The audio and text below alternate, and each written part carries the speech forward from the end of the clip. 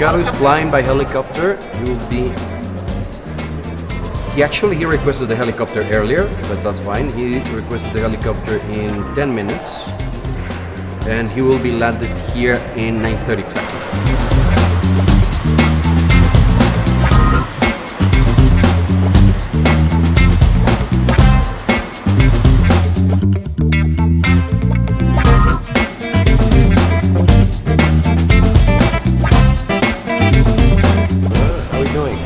For El Salvador? Yeah, it's going to be warm, I understand. Yes, very warm. Oh, you have a perfect shirt on for it. This is my Deep South shirt. I wore my, these are the colors of El Salvador. Oh, really? Good. Max has the South. I've got my orange shoes. My orange fill shoes, yes. And the orange glasses, too. Exactly. Good. All I see is orange.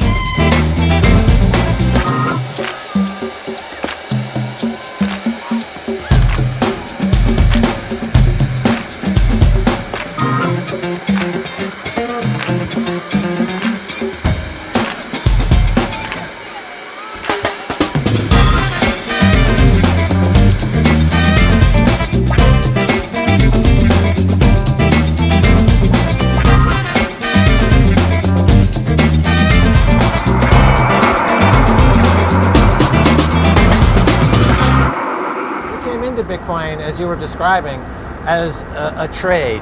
Yeah. You heard Barry Silbert in New York? Yeah. You said, this sounds interesting. Yeah. You took a position. And it was on your radar. And you, as a trader and as a businessman, you were successful. You've been successful now. You've been into Bitcoin for a while. But at some point, this turned into something different for you in your mind, in the way that you think. So talk a little bit about that. Yes, as I was mentioning, my opinion about fiat, the fiat fraud that's going on in the world, had been very clear for a long time. My dad and I are original gold bugs, right? So we were always very conscious about how the monetary debasement was going on from a long time ago. First with the British, and then with the Nixon refusal of the gold exchange in '71. And then in the 80s in Mexico, we were victims of hyperinflation and devaluation. And our company went broke. So we knew all about fiat fraud, right? So when I took this trade, and it became very successful, and it forced me to look into Bitcoin in more detail, when I finally understood what it meant, which is finite issue, self-custody, unseizable, I said, gee, this is much better than gold, man. Because as long as it has a market, right? At the end of the day, it's an asset. For me, Bitcoin is an asset that you can trade. It's an asset just like an Apple stock, or like a gold bar, or like a ton of copper, or like a ton of wheat. It's an asset, and it has a market. And there's people out there who will buy the asset from you, and that's great, you know. Let's talk about this fiat fraud for a second.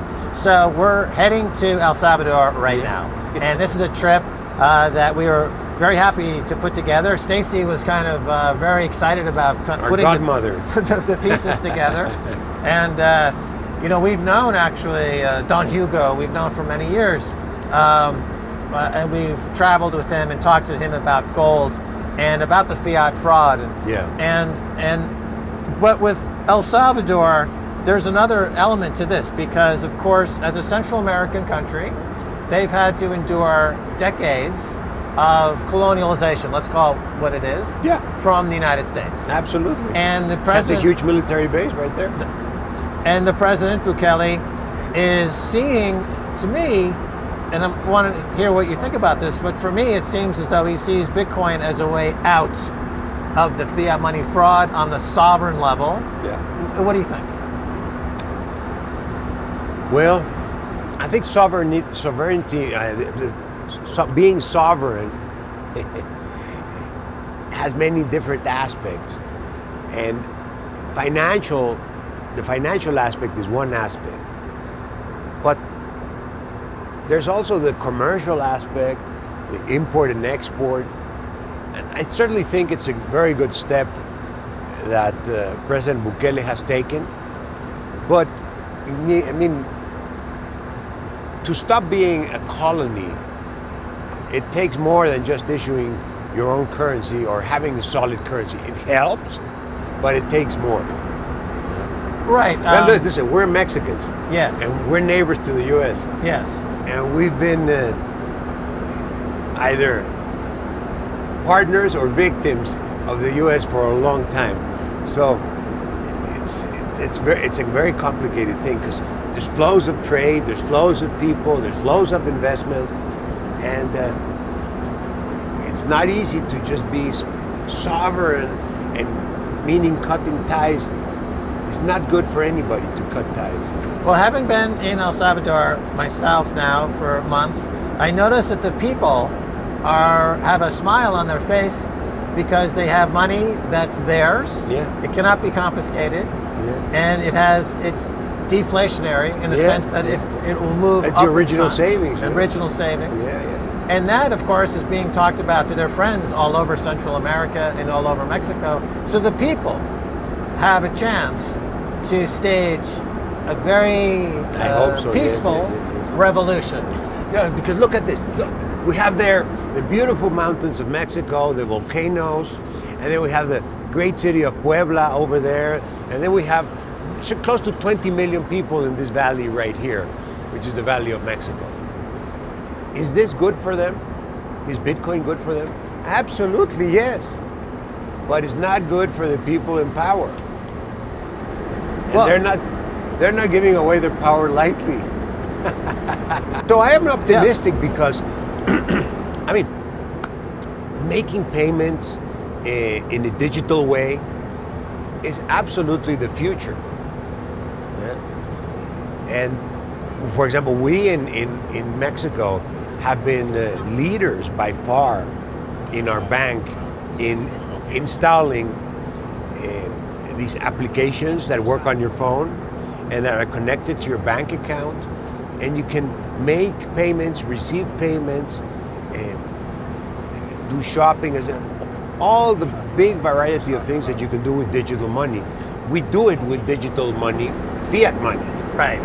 Because we're not allowed to touch crypto in the bank.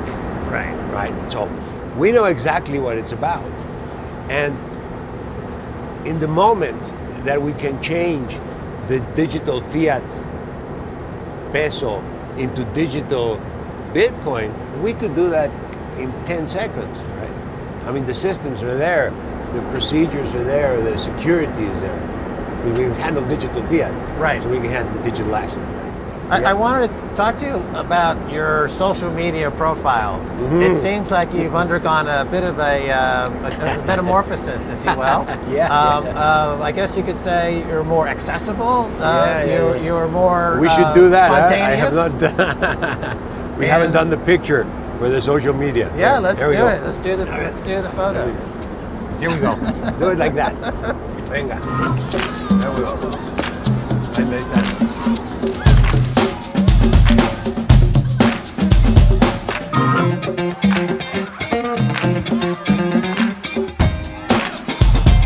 This is a photo of Max with your father on the way from To Paris Athens. to Athens. And the thing I want to ask you, because your father wanted to help save Greece Yeah. from the debt fiasco there, the fiat fraud. It was fraud all the way through, right? Because Goldman Sachs helped them lie to get into the euro. All that debt was underpriced for them because of the euro, because they were like in a union with Germany And so people were lending to them with the assumption that they would be bailed out. The Greek citizens were forced to pay 100% on all this debt.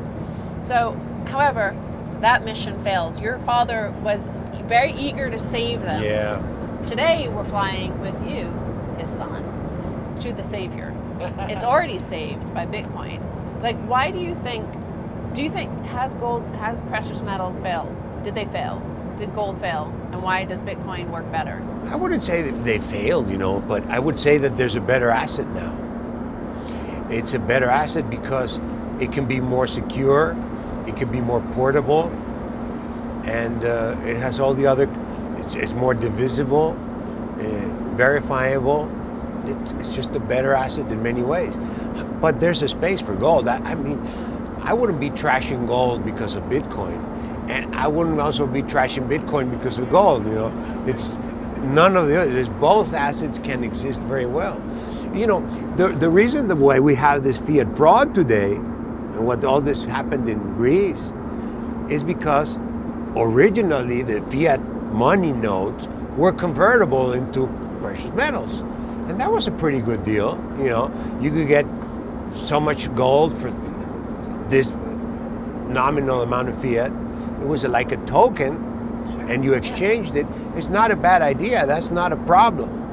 The problem is the system gets abused by the goddamn bureaucrats and thieves, and they print more tokens than there's gold, Yeah, that's the problem. So, no, I think that the fiat system has allowed the big state to exist, and that means two things. It means the war state, the national security state, and on the other hand, it means the welfare state.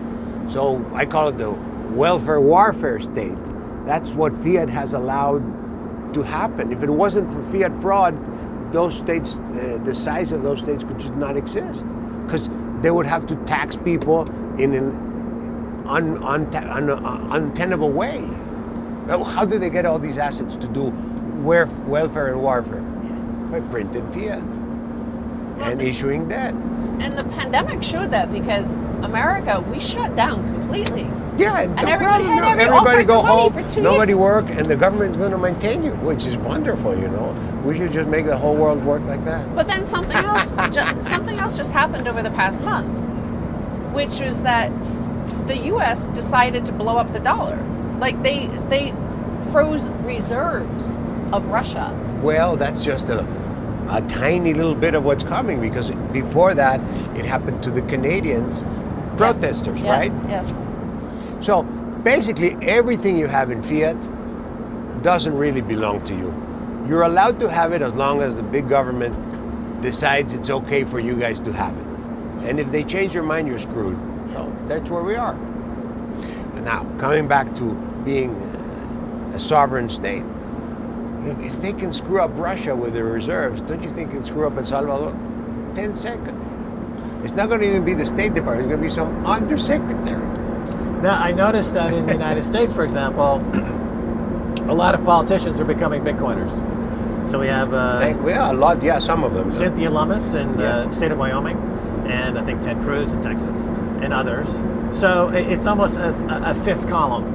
It's almost as if the Bitcoin army has recruits working inside the regulators. So at some point, those people are going to be impactful, and they're going to be, and elections will start to be determined more in terms of who's for Bitcoin, and we may see it as soon as the midterm elections in the United States. Yeah. Would that be a counter narrative to what you're suggesting or talking about in terms of the iron hand of regulation, the black hand of bureaucracy, if you will? Can we convert enough people inside to neuter them, to neutralize this? What do you think? I see you have a big faith in democracy. Well, I think I have a big faith in incentives. And I think Bitcoin is perfectly aligned incentives. And when everyone is perfectly aligned, nobody wins and nobody loses, but everyone is simply getting on with this perfect money that is Bitcoin. Max, when you have the military-industrial establishment receiving 800 billion per year in defense money, defense. No, they don't make war. They just defend, right? Okay. When you have 800 billion a year pouring into that establishment, and when you have, I don't know how many, but billions and billions and billions in Social Security and Medicaid, food stamps, going for the welfare state, that creates a lot of clients. And those clients are not going to vote themselves out of the government largesse, you know. So that's why it's not that the people don't know, is that the majority of the people are having a good life by living at the expense of another minority. In the United States, that the problem of printing money, which you would normally associate with inflation, has been masked, it's been hidden Yes. for many years Yes. by The CPI, which is a big CBI, fraud which there is false, also. and by essentially America being so dominant in the world, they get energy very cheaply. Yeah. They get their clothes and computers very cheaply because of the dollar hegemony. And they can debt, they can debt. And people buy that debt. raise money through loans Right. indefinitely. So China's pays for America's wars. Yeah. Effectively. Amazing. Yeah. But now, this year, in the last 6 months, inflation is becoming real. Yeah. And it's now at multi-decade highs, and there's no reason to believe it's going to go down No. anytime soon. No, it's going to go through the roof. In the past, when you have food inflation, like the Arab Spring Yeah. or in other places, you have social Yeah, upheaval. cohesion risk, Yes. as the Economist magazine likes to call it. Risk. The risk of social cohesion evaporating. Yeah. So that would be where you have a reconciliation between the money printers and the reality of what they're doing and the people. It's called insurrection. Yeah. Maybe I'm tainted by what happened in the 80s. You know, this guy was born in 86. We were right in the middle of this huge crisis. And I've said it many times, when I started working in the Electra shops for my dad, we had 54 stores, 2,000 employees, and we had $9 million in debt. The exchange rate was 20-1. In 88, when this guy was 2 years, we were now at 3,000-1. Right? And there was no revolution. Yeah. There was just a change of regime. But there People was were much less connected and informed. Yeah, that's true. There was no social media. You couldn't complain. There was one TV news channel, Yes, one, which was yes. not mine. It's now the competition. Yeah. that's what I was going to say. But I watch you. The newspapers were totally controlled. But I've observed you Mm. over the years on Twitter, and what I've noticed is like Bitcoin and the proof of work that goes into it. It seems that, in my mind, I see you as kind of liberated. Like you are a billionaire pleb now. Like there's an equality that is achieved without redistribution. Yeah. And like this has been the past, the history. Yeah. Is people like we either have dictators or monarchs or presidents or like everything goes The wrong. power and the slaves. Yes, but now it's proof of work. There's no quintillionaire class. Like it's you either have the Bitcoin or you don't, and everybody works for one sat or 100,000 Bitcoin. Yeah. You all have to put in the work, and there's nobody who has an unfair advantage. Yeah, I love Bitcoin because it puts everybody on an equal basis in terms of purchasing power, and it gives no unfair advantage. Though there's a phrase for the U.S. It's called the the extraordinary privilege of printing the world's money.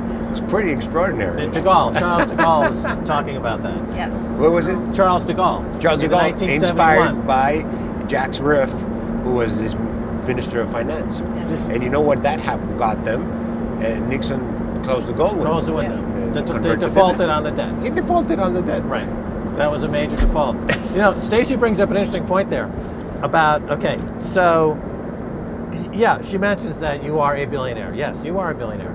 So with that, a lot of people are coming to you and saying, Ricardo, I need this. Ricardo, I need that. with the Bitcoin protocol, you have no influence on it. No. You can change it. Is that liberating to a certain degree for you to just be Uncle Ricky?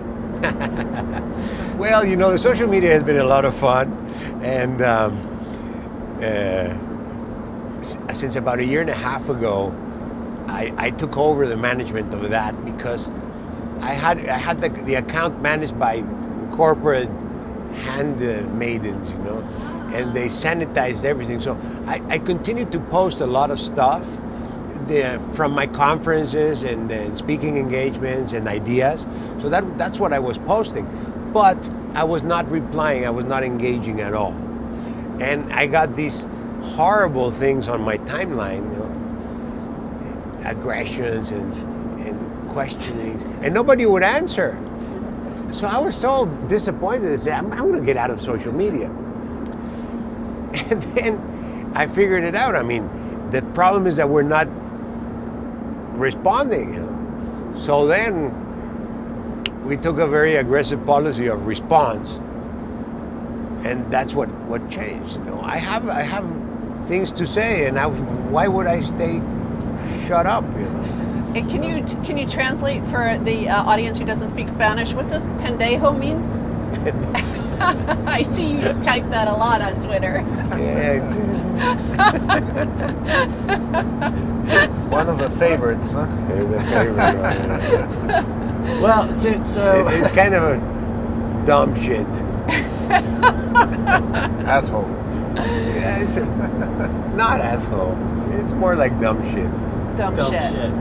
Okay. Fair enough. Okay. But this is I want to follow up on this. Are you finding this for you? You're bringing back some fun Yeah. in your life because Yeah, absolutely. it was with Bitcoin. It's like, look, let me ask: is Bitcoin on a vector that's on its own that nobody can change, and it frees everybody up, including yourself, to be more of who you are? Is that a fair I think statement? so. I think it's a good point. I hadn't thought about it that way, but you're right. Now we are all prisoners of our own device, like the song. Eh?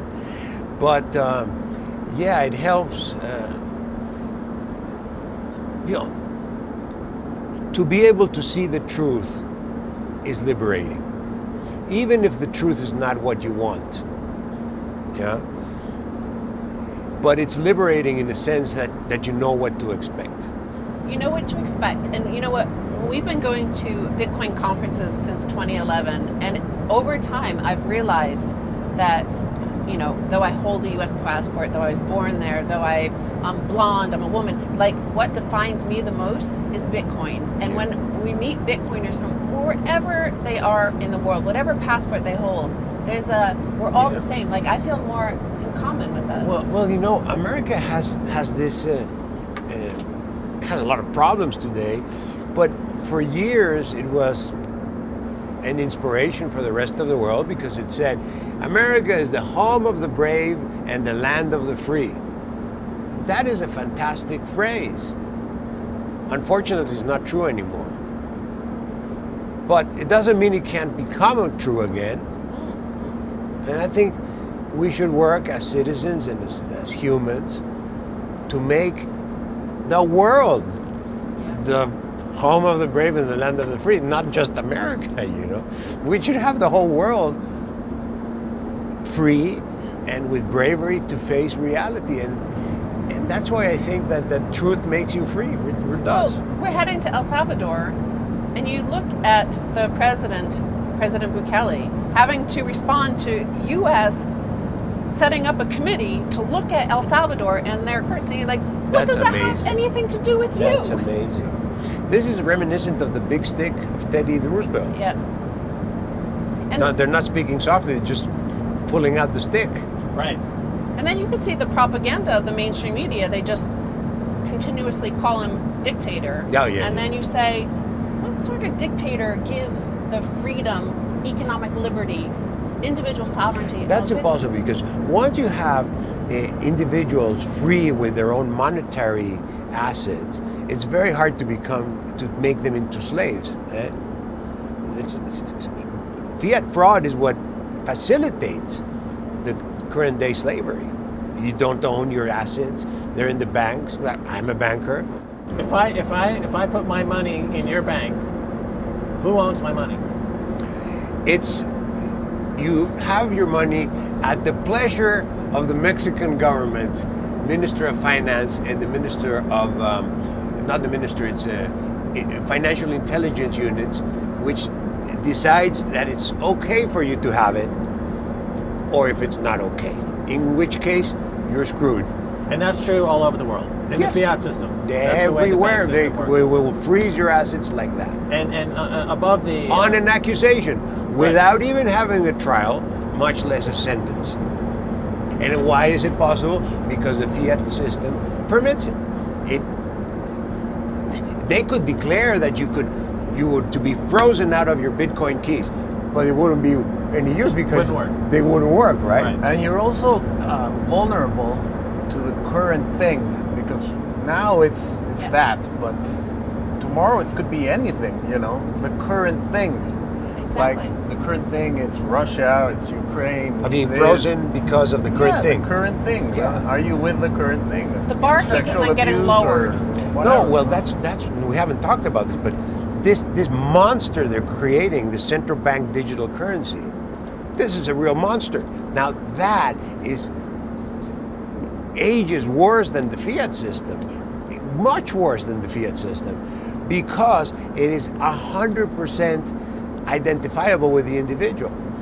So the new power of would have the ability to know exactly how much money Max has in his wallet and how much Stacy and Hugo and Ricardo, and then they can, with zero problem, say, well, this guy has too much money.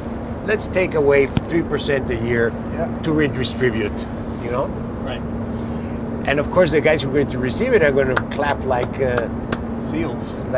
trained seals, you know? Yeah, give us the 3% of all the billionaires. No, why not? And then the next step would be, well, you know, we noticed, dear Stacy, that you're spending way too much on cigarettes, and we're definitely not going to allow you to buy cigarettes.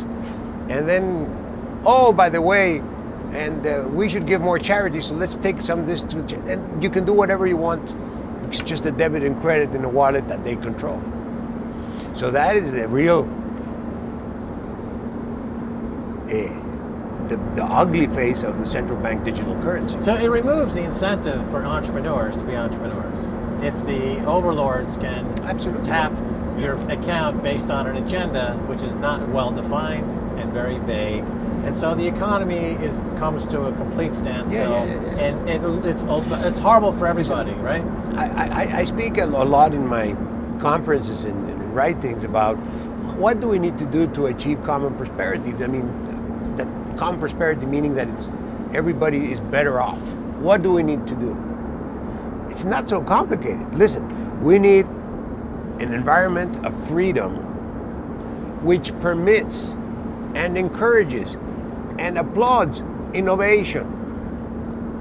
So, freedom, innovation. And then we need a lot of competition. People copy your innovation and make it better. Competition. And this is a virtuous circle, and that's what gets you to prosperity. It's not so hard, right? Why do we not have innovation? Because we don't have liberty, freedom. Yes. Why? Because tyrants, they love to control people. So, when the florin came into circulation in like 1252, do you think it was any coincidence that within 100 years, florins existed as this? No, it's not a coincidence. It has everything to do. But see, what happened with Florence and Venice and Genova and Amsterdam, there were small republics. Yes. So people could escape from one place to another. Yes. Right? Yes. And we have tons of people who escaped from Milan, which was the richest one. Yes. And they went to Florence, which is not so rich, but they were freer. Right? And the florin had everything to do, sound money, with trade, Yes. because that's and specialization. Yes. And it's all linked, What is the essence of civilization? Society. And why are we social? because we're different. And you can do some things, like a very good production here, and I can do some other things, and he can do others and others. And this difference in abilities leads us to different specializations, and it leads us to interchange, which is trading, which is barter. And you cannot have interchange, trade, and barter if you're on a war. But this War is completely the opposite of trade. we saw this. We always say that Bitcoin is bringing on Renaissance 2.0, and you see that with El Salvador. You see the best in the world being attracted to it, want to go there. Yeah, well, here we are, you know. Yes. I didn't think I'd be going back to El Salvador. Yes, yes. But here you are coming. Yeah. Like our friend who is Mexican, he says that you are single-handedly the one most responsible for bringing any Bitcoin to Mexico. So here you are going to El Salvador because here's the first president, the first family of Bitcoin, and we're all like the same family. Yes, I think it's very interesting, and it's makes you feel good. You can do, you know, some people have these ideas about billionaires being cold, heartless creatures with no incentive or no interest in anything except making money. I think it's a terrible simplification, you know. And I'm not going to speak for anybody else, but frankly, for me, money has always been a medium to do things. It's not an end in itself. And I'm sure that I can do a lot of things to make Bitcoin more popular in Mexico, and I'm doing them. And I'm not waiting or asking for permission. I'm just doing them. Well, to follow up on this, Florence, you know, the House of Medici, they're bankers. They introduced a standard of currency, the florins, which was reliable. Yes. And we had Da Vinci, and we had the Renaissance. Michelangelo. Yeah. So, is this a model to say? I mean, my question is to follow up on what you're saying is that people's perception of wealthy people is that they are not. They're cold or calculating, or they're not necessarily interested in social, let's say, the social welfare of betterment. Betterment. But if you look at the Renaissance, that's completely false. I mean, we see that a banker created the Renaissance. So with Bitcoin being absolutely hard money and sound money, perfect money, is that a good model then? Is that where you, because I know you have a keen interest in art. So is this where also a direction that you can go toward? Yeah, I love that. And it's funny that you mentioned, but I have the original first edition of Luca Pacioli, Principia Mathematica, which is the first work that documented accounting, debit and credit and double entry bookkeeping. It happens to be I'm an accountant also. Many things, but and that was written in Florence. And I also own or custody a beautiful Botticelli painting that reminds us of that time. I've always been an admirer of the origins of the Medici family, and there's a very interesting book on that family that describes the origins of banking and how it was related to money exchange and funding these international trips to bring things like wool from Italy or silk from China and so forth. It's very, very interesting. And yes, the monetary system is like the foundation of this civilization that you bring, that you construct on top of. Because if the foundation is wrong, the construction is going to fall off. You know? So that is why a sound money system is so important. And it was so important for ages, and we have the golden period of liberalism, you know, from the 18th and 19th century, early 20th century. It was based on sound money. And huge wars were based on the fiat fraud. Yes. And that foundation, accounting, everybody thinks of the accountant as the most boring person on earth, right? Yeah. the double entry book accounting method, and now we have Bitcoin, which is another advancement in accounting. But accounting is so important. There's a beautiful book called The Reckoning. It talks about the birth of accounting and how it, and one of the things mentions there is this, the king would say, nobody's going to tell me what I can spend or not spend. I will spend whatever it is because I own the kingdom. So reckoning and accounting enables the citizens to hold the king accountable and the power accountable. And to this date, it's a disgusting paradox. But the current day governments in Mexico and the US, they don't use accounting. They have this in and out flow. Value at risk. No. Value at risk is very complicated. God forbid. No. They have the accounting of a pupusa saleswoman, this cash in and cash out. That's their accounting. This isn't from the government of And the Mexico. Fed's Not balance sheet. even that, because it's not cash in, cash out. It's just cash out. Just cash out, yes, absolutely. It's deficit. It's disgusting. And these people, are the same ones that impose accounting standards on companies, but they can't impose it on themselves. So accounting, what I'm saying, accounting is very important It's honesty. It's to be able to keep you honest and to Trust. get to the truth. Yes. What's the truth here? Yes. Yeah. But also, like you mentioned, that America used to be home of the brave and the free, and that anywhere could have that. And Bitcoin is fuck you money. I mean, the president of El Salvador has said that just recently in a tweet. It's fuck you money, and that is the new modern way of freedom for everybody on the individual level, which is the most important. Yes. I It think does you have feel a little bit like Atlas Shrugged, no? Yeah. Going to the camp where all the people disappeared to. This is a Bitcoin world now. Every time you see, like on Twitter, somebody is going to adopt Bitcoin. The jungle's it feels paradise. like the Yes. like the camp, or what was it, like this magical place where everybody worked for. And the magical place. So Max always says, you don't change Bitcoin. Bitcoin changes you. Good point. So how do you feel Bitcoin has changed you, and in what way? No, well, it's given me a lot more confidence in my ability to survive given adverse effects, A lot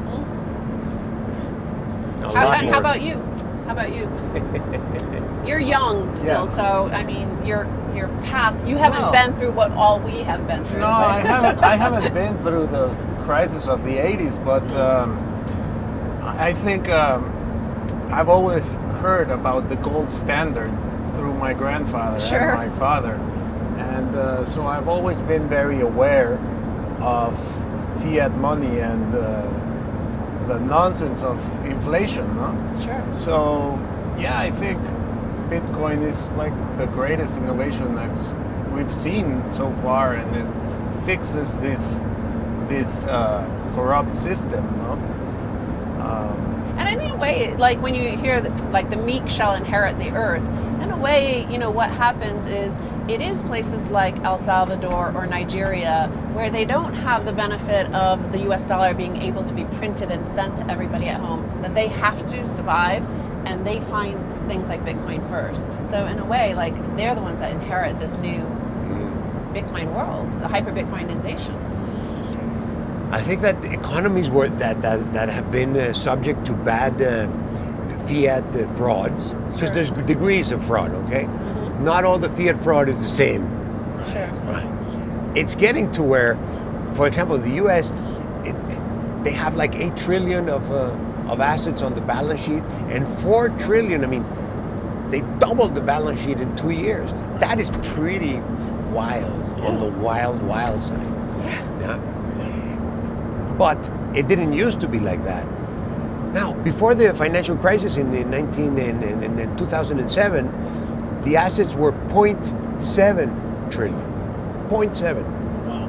This is 2007. This is like Hugo Chavez level printing. And then they went to 8 trillion. Yeah. And now they're talking, oh, we're going to taper and bullshit. They're never going to taper. Because how come they're going to get rid of all these bonds they bought? They can't. Who's going to buy them? There's no market. Who's going to buy those bonds? Nobody. Maybe if Elon Musk gets us Are to we Mars. buying bonds? I'm not buying bonds. We're not buying bonds. Not over my dead body I'm will not buy buying bonds. bonds. Right? Never. Never. Under no circumstance. Happens to be that in the 80s in Mexico, the long-term debt was totally wiped out. Right. But surprisingly,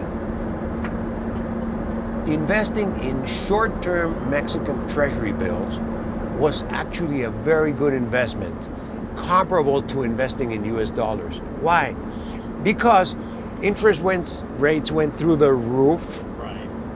and the government needed money, so they were begging and asking for money. And they paid these huge rates, and it was very short-term money, like 30 days. Right. So they had to pay more and more and more and more every month.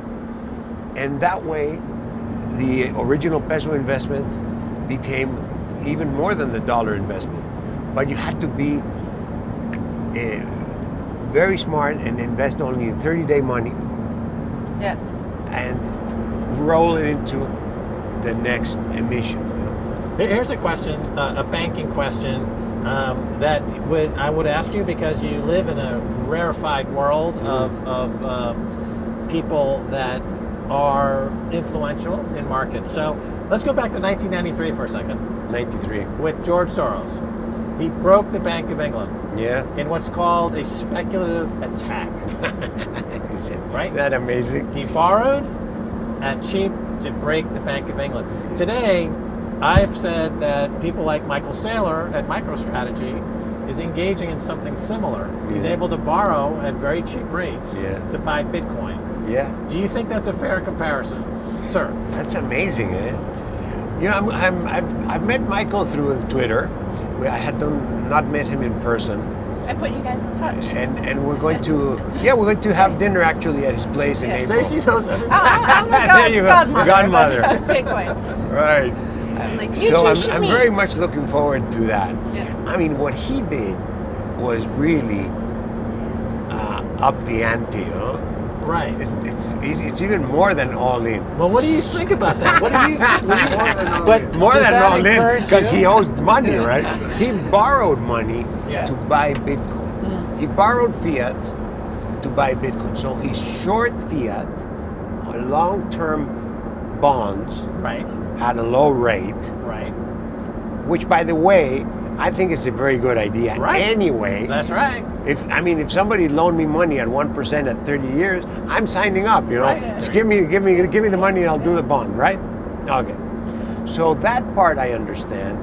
Now the other part is taking all that money and investing it in Bitcoins. Well, yeah, I'm a pretty aggressive investor. I mean, I'm not scared of practically anything. But this concentration of a bet in a single asset, Yeah. that's too much for me. And for me, you know. Wow. So this is like Milan But versus isn't- is Florence. But isn't there a little like? Now, if it pays off, and I think it will, he's going to blow it through the roof. Yes, yes. But it's a big risk. Yep. But are you immune from envy? Totally. You know, I have a very good friend, a Middle Eastern guy, and he has a fucking bigger plane than this. He's a 747, right? Now, he also has a bigger yacht than mine. It's like 3 times the size of the yacht. And he has a lot more homes than I do. Why would I be envious of him? I love him, and he invites me to his yacht and his plane and his home. Fine. And would I feel smaller than him? I don't think so. I think that I have a better life than he has in many ways. Right. You can only live your own best life. You do you, and that's it. But it's fine if he has something else. Yeah. Envy is a really bad sentiment. Yes. It leads to absolutely no good. And it Yeah. affects you personally more than the other guy. Yes. Right. It's a poison. Yes. It's a poison. Right. So, and unfortunately, this world is full of envy. And a lot of those, we call them gobiernícolas. You know, there's Oh, no, a new word. there's What's no this? word for that. Similar Gobiernícolas. to pendejo? No, well, it has that too, but it's this breed A little of, hint of pendejo. is this breed of diminished humans that love and worship the big state, and they like to be part of the big state. Right. This is a gobiernícola. Like, how do you say cavernícola in caveman? Well, the equivalent would be the government. Right. But I mean, I called you a billionaire pleb, and that's the Wow. thing about Bitcoin is there is a notion, other than Michael Saylor, who everybody knows how many Bitcoin he owns, is nobody knows how many Bitcoin you have, right? This is a part of our identity as Bitcoiners. First of all, it's not a good policy to talk about how much you have in general. Second, it has security risk. Third, what's the point? I always say, I have a portfolio of assets, and I have an asset allocation, and that changes according to what I see, you know. Now, having said that, my main assets are my companies. Yes, you know? yes. It's the stock in my companies, and people don't realize that this company is more valuable than that company because they're private. They know that this company is worth so much because it's listed, Yeah. but happens to be that that value ascribed to it on the market might be off, might be on the low side, and it might be the real value is much higher than that, right? Right. And this other company, which is private, nobody knows about, has a lot more value than this one. So anyway, my assets are the stocks in the companies that I have. They're doing great. I wouldn't sell them. I've never planned to sell them at all. I hope the kids can manage them as companies going forward. And we should talk about that later, about what to do with your assets when you pass. But anyway, so that part of the asset allocation is not changing, or it changes very slowly by selling one company. For example, we sold the cellular company, and we turned it into the fiber optic company, which is doing much better than the cellular company. But then I have the liquid assets. Yeah. So liquid assets, yeah, people can relate But I to want to that. ask you about this. This drives me crazy. You're the third richest man in Mexico all the time. I want to, like, every time I see that go through on Bitcoin Twitter, I'm like, stop saying that. The But third. is it the Makes first me time? feel bad. Because of Bitcoin Twitter, I've seen people say to you, have fun staying poor. Is that the first time that ever happened to you? Yeah, Because so there you go. It all is relative. I'm poor relative to that or the other one, right? Well, because you're not 100% in Bitcoin, because you have assets. Yeah. Like, why haven't you sold your companies and bought Bitcoin? I know a lot of my billionaire colleagues, a lot of them. And they might be 20 times more net worth. Yes, yes. Right. Yeah. But I live a pretty good life. Yeah. How you choose to live and what you choose to do. Mm-hmm. All right? And I'm not talking here about spending the yacht, the plane, the vacation. And what do you spend your time on? Right? And I'm very happy with what we do. Well, Yeah. getting back to, if I may, to Michael Saylor for a second. So he has launched what I would describe as a speculative attack on the U.S. dollar. Yeah. At the So same how is time- how is it different from what Soros did? It's not, in my view, it's the same. But here's the thing. He also says that, in his view, in the future, that Bitcoin will be the world reserve asset. Yeah. And that the US dollar will remain world reserve currency. Now, in the context of what we're talking about here in terms of fiat money and the dollar, etc., what do you respond to that? How do you respond? I agree that Bitcoin's on the way to being a world reserve asset. I 100% agree. I'm not sure that the dollar is going to make it, you know. Because, and now especially the US has weaponized the dollar to further its imperial purposes. Why would, a self-respecting big country like Russia or China, why would they accept that as a reserve currency? Clearly it has a lot of downsides, you know?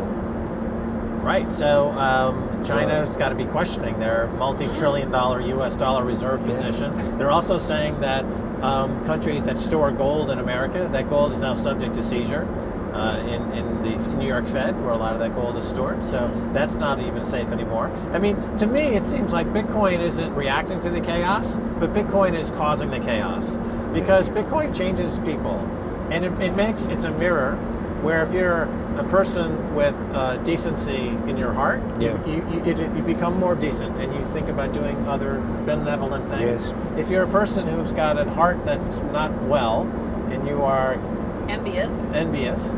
It makes you more envious. It makes you worse. It's interesting. It brings out both sides. It's a good point. I hadn't thought about that. I mean, this is when I see you on Twitter and I've seen your Bitcoin journey. I say, because I know your dad, and we know him to be a good-hearted man. And he's just been so generous and so giving, and he's such a storyteller and a raconteur. And so with you on Twitter, it's like it seems as though Ricardo is flourishing on this Bitcoin standard in a way. Evangelizing. It's very interesting. But then some people become like more like Envious. They want. Countries are flipping out. The IMF is flipping out. Christine Lagarde is flipping out. The fiat money world is flipping out because they're bad people to begin with. Absolutely. They're bad, dishonest people, and they tell a lot of lies. And they're causing tremendous harm to millions of people. And this is not, I mean, we laugh at it because we recognize the reality, but what's happening to the fiat world is a disgrace. Now, people that are expecting a pension are going to be defrauded of their pension. People that have saved money for their retirement, they're not going to have the money because it's not going to be there. It's going to evaporate. This is a disgrace. And that's why I said, living through this in the 80s in Mexico, it takes away any illusion that you might have that this is for good, or there was, it's a robbery. Only it's not highway robbery. I noticed we're starting to descend soon.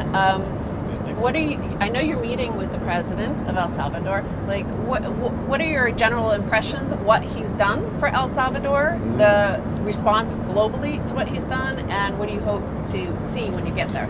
He's obviously a very sharp guy. He's young, and he's done these extraordinary things. So I need to have a better sense of the person, because whatever you say or do on media, it's not the same person. Yes. You have to. What's he talking about? I want to understand what he wants to do, and how he plans to do it. I want to hear it from him. But obviously, his capacity to do things different is evident. So that's very interesting.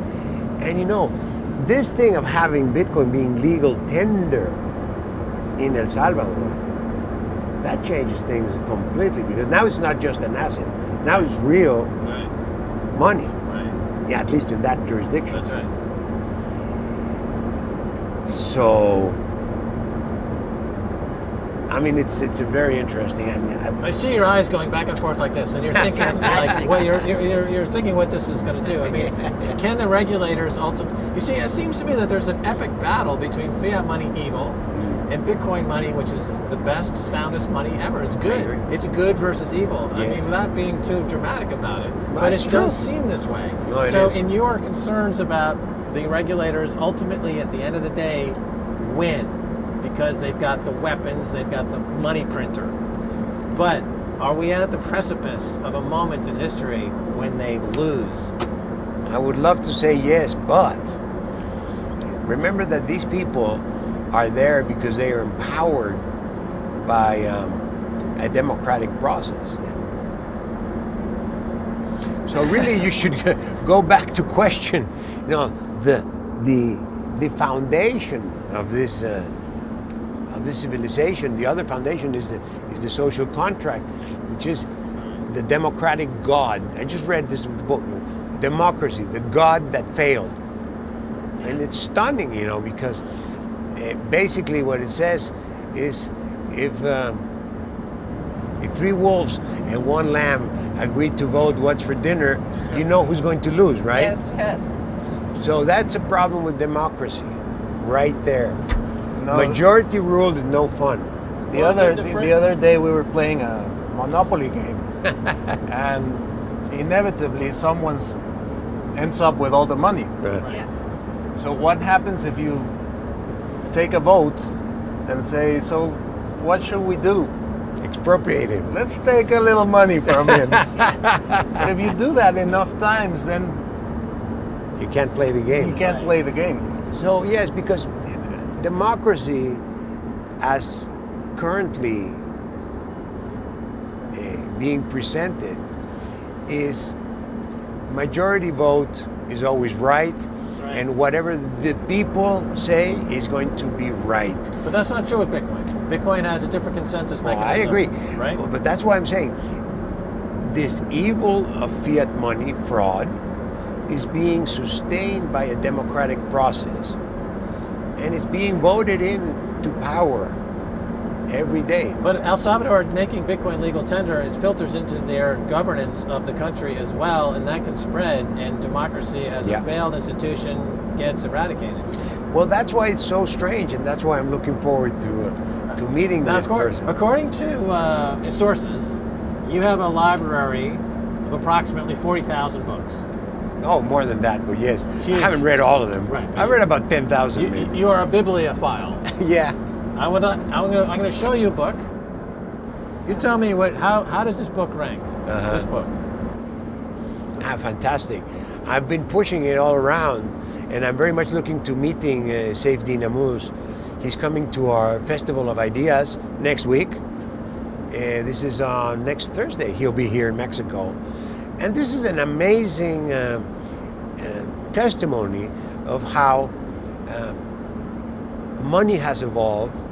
It's really, really very interesting and simple, enlightening. It makes you think about money. You know, why is this round thing here? It's a round rock that these islanders used to use as a representation of value. So the guy who had the most rocks won, right? And why are these bars here? Same reason. The guy who had the most bars won. And now why is this Bitcoin coin there? Because now that's the new standard. It's a very good book.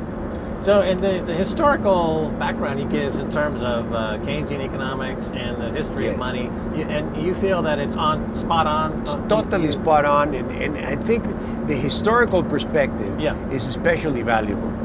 Talking about the Florence, Right. right? And Was your confidence in Bitcoin accelerated Absolutely. after reading this book? absolutely, this is a must read, not only to understand Bitcoin, but to understand the fiat fraud. Right. Because you have to understand both. Right. See, if you just understand the fiat fraud, you're a good ways ahead.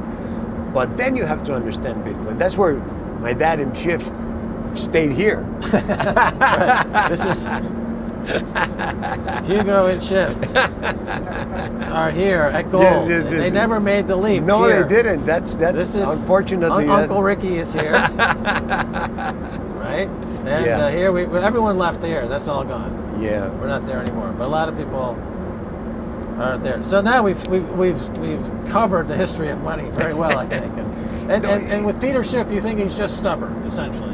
He's intellectually, he's not without an intellect, but he's stubborn. What makes him so stubborn to this? Is it because he has such a vested interest in this? Now he can't change his opinion because he would seem like he's easily to change his opinion, fickle or something. I mean, I don't know him. I just seen a few of the things that he posts eventually.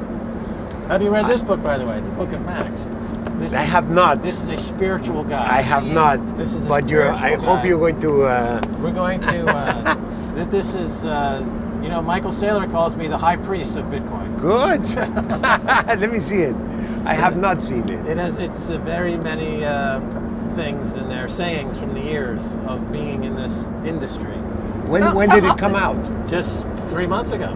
I'm sorry, I missed this one. 3 And there's a weeks ago. Spanish version as well. You know. Well, you have to give me one autographed. I'll Yeah. buy it if necessary, There's with some- some coins. There's some language in there on par with Pendejo.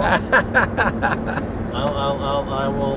Let's I'll sign it. give you this copy. You give me that? Good. But Sponsored by Swan. you have to Swan dedicate. Bitcoin is the sponsor. Okay, that's who's sponsoring this lovely production. What's that? What's that? It's an on-ramp, an easy way to buy Bitcoin. Oh, So I it's didn't know. Swan Bitcoin. It's, Bitcoin only, you can buy, you can't sell. That you buy it and you transfer it directly to your your cold storage. And they have a small commission, I assume. Yeah, it's a fantastic. I'll send you some information. It's the most competitive. It's more Based competitive. where? America, but they United offer States. all over the world. They sell in Mexico, El Salvador, all over the world. They can sell. Good. Thank you very much. Very interesting. It's all Bitcoin. You should check it out because they're Absolutely. like we try to focus only on Bitcoiners 100%. Good. No shit coining, So no selling, huh? no selling. Only They don't buying. want to encourage you to sell. Very good. Wow. Thank Very you, interesting. man. Uncle Ricky. Uncle Ricky. A ver, mira. But coming back to the book, Yeah. I mean, he did a really good job of hand-holding you all the way to Bitcoin. Because he's a professor. Yeah, He's an excellent professor. very, very interesting. Now, about Schiff, he's like my dad, I think my dad is totally invested in gold, and emotionally, he's done that for all his life, and he just can't bear to part with that idea. Which, by the way, is not such a bad idea. I mean, having gold is not a bad idea. Not bad. Having everything in gold is a bad asset allocation. Speaking trash about Bitcoin is a bad idea. Do you see there's different things, huh? Sure. Like Schiff, for example, trashing Bitcoin all the time. Yeah. Well, he's totally wrong. Yes. Right. Totally, absolutely wrong. Like my dad, he's wrong. Yeah. Now, talking good about gold, it's okay. Right. Well, we were at his house in Connecticut, Peter Schiff. Oh, really? Bitcoin was $20. 20. Yeah, $20. And I talked to him about it for an hour. He's like, no, I don't get it. And and so for the last 10 years, I Yeah, always the funny remind thing- him of this. He was on CNBC and they were like, well, Max Keiser told you about Bitcoin at $10 and you refused to buy it then. And he goes, no, it was 20. Okay. That's crazy. By the way, the current price, it's not crossed 43 today. It's interesting because everybody in the technical mood analysis is, well, it's going to go back to 35 or 36, and then we'll buy it. It doesn't look like it's going down to 36 anymore. Huh? I think technical analysis has a lot of value to offer in terms of timing, because there's definitely bad time to buy, and there's bad time to sell. I think timing is important in the markets, and I've been around markets for a long time. But isn't I'm a always pretty the good best trader time to too. buy when it's a bad time to buy? I mean, isn't that Warren Buffett's whole mantra that he Well, you know what Buffett says about Bitcoin. Yeah. He totally don't gets it, and he's part of the mafia Totally. against Bitcoin, And just and we so have you to know, call it out. He's a fiat money fraudster. Yes. Is that a fair statement? He is absolutely. Can we say this on Yeah, tape? I that think so. He's Warren Buffett definitely- is a fiat money fraudster. I think so. My nickname is Her Royal Fucking New All-Time Highness. So I make a point of buying all-time new highs. All time you high. Yeah, I like to buy it up top. Top tick Stacy.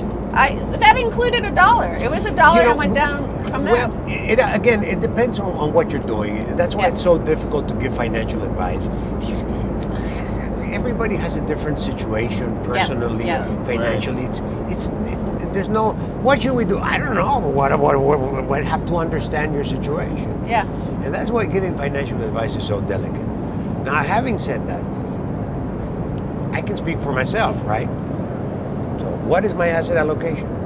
Other than my stocks, I have a liquid portfolio, and I have about half of it in oil stocks, Right. which Wow. I traded out of gold mining stocks because they didn't Yeah. go anywhere Yeah. for ages. Yeah. So I lost a lot of time and money didn't lose money, but I didn't make money because these goddamn oil and gold and silver didn't move.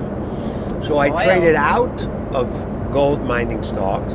I traded into oil stock, which was beautiful. Yeah. It went through the roof.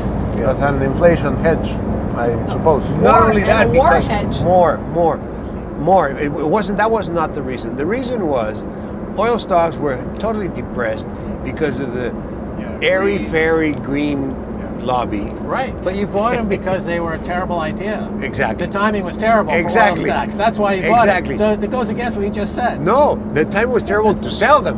Timing was terrible. It was good for buying them. They were worth nothing. Right. So I agree of buying cheap. And then I've seen them go up, and now it's the most difficult part is when do you trade out? Right, there's always two decisions you have to get right. Yeah. One to buy, one to sell. Exactly, right? So with the oil, no, with the COVID pandemic, oil stocks crashed because we were going into a deflationary That's when spiral. I bought it. That's why it became a contrarian play at that time, and there was the yields were juicy, like 5 or 6%. So I used to have all gold and mining stocks Right. and Bitcoins. And now I have more Bitcoins. And then I bought a bunch of Bitcoin mining stocks, which I have not done well. They're very volatile.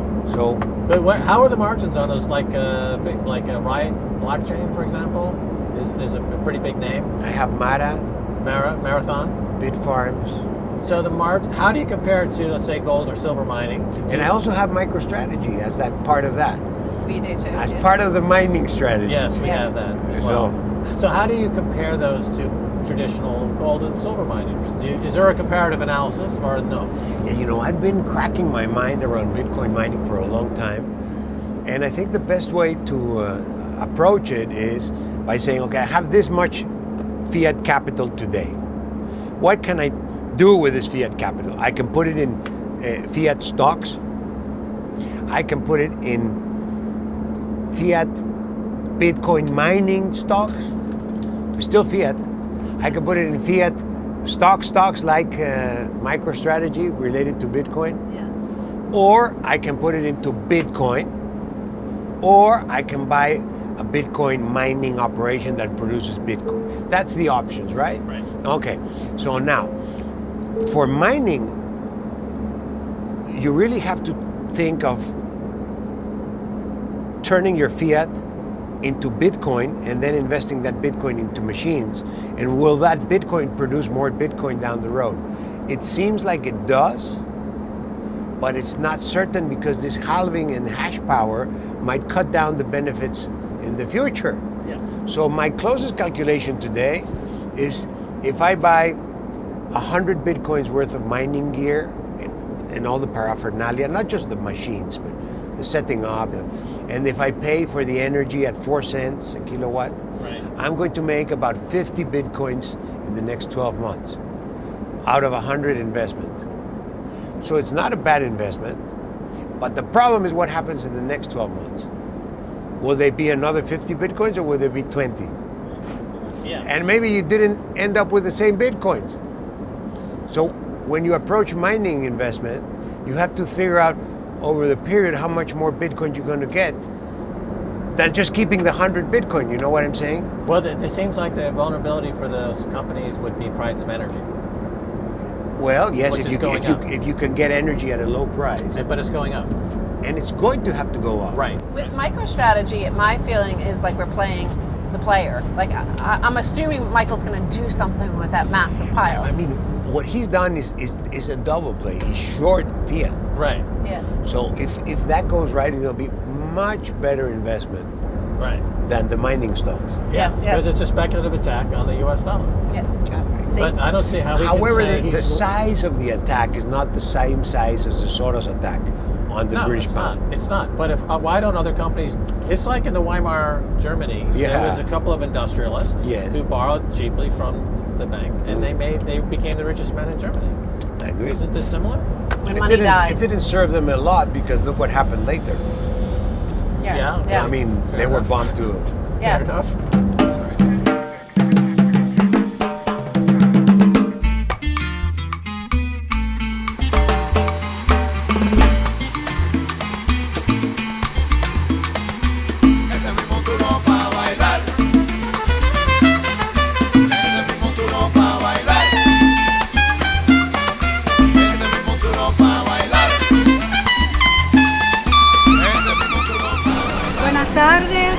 gracias a los amigos de la prensa por acompañarnos.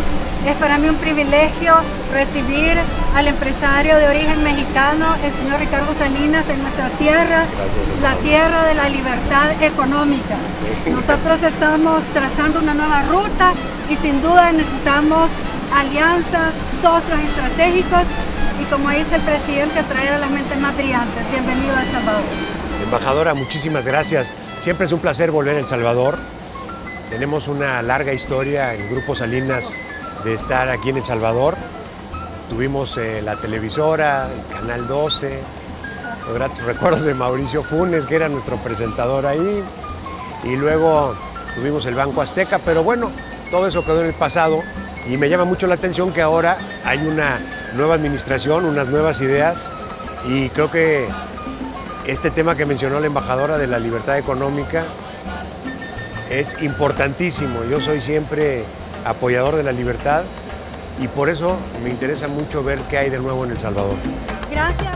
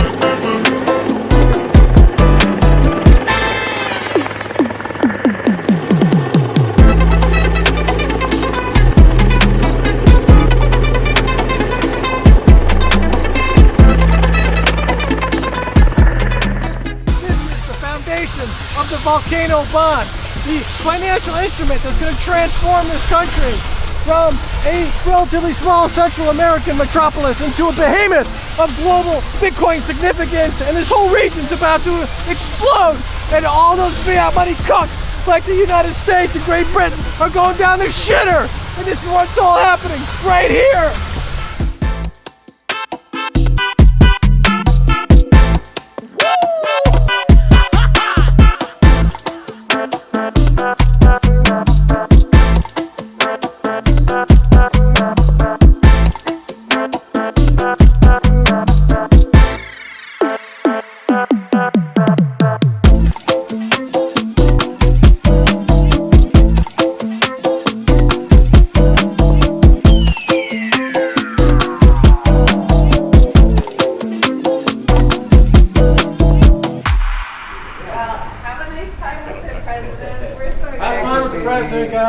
I really enjoyed being with you. Yes, I had a great time too. And the hotel is great.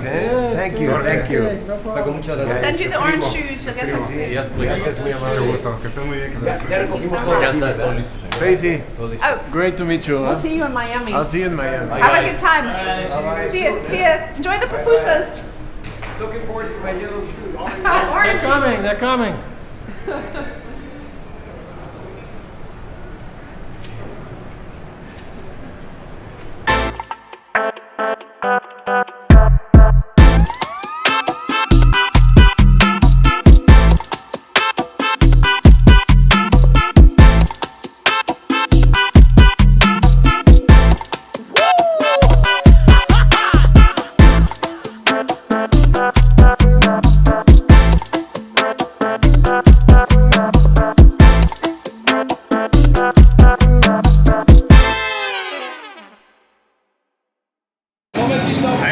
lucky. I'm ready. Don't be frightened by dollar cost averaging. It's the easiest way to get a good price on Bitcoin. The Swan Bitcoin app. Get information at swan.com. It's swan.com. It's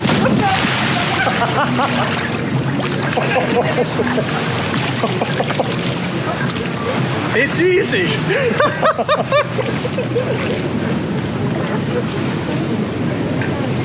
Woo!